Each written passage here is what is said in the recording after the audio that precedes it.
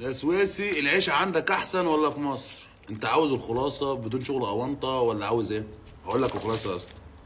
من جهه اللي انت تبقى مرتاح البال والحاجات دي، لا، في مصر احسن. انما من جهه لو انت عاوز تبني مستقبلك، هتبني مستقبلك وهتعمل فلوس، بس تعالى قانوني. بس بشرط عشان تبني مستقبلك هنا ما تفكرش انت هتعيش عيش الطلاينه. لا، عشان تحوش قرش وتبعته لاهلك هتقعدوا 8 في السكن، انا بجيب لك الخلاصه، وهتقعدوا في سبيزه جماعيه، وهتعيش عيشه يعني على قد حالك. ليه؟ عشان توفر حاجه تبعتها لابوك، فاهم ازاي؟ انما انت لو عشت عيش طلاينه وخدت شقه لوحدك وحاجات من دي مش هتعمل فلوس. فانت لو عشان تبني مستقبلك وكده هتيجي هنا تعيش تمشي على الحركرك، يعني هتمشي بالضالين، فاهم؟ هتسكن 8 في سكن. ما تصدقش الناس بتقول لك انا واخد سكن لوحدي، سكن لوحدي هنا هيعملوا 500 600 جنيه مع فواتير هتعمل لك 700 جنيه. انت لو راجل بتاخد مثلا متوسط دخل 1400 جنيه يبقى لك ايه؟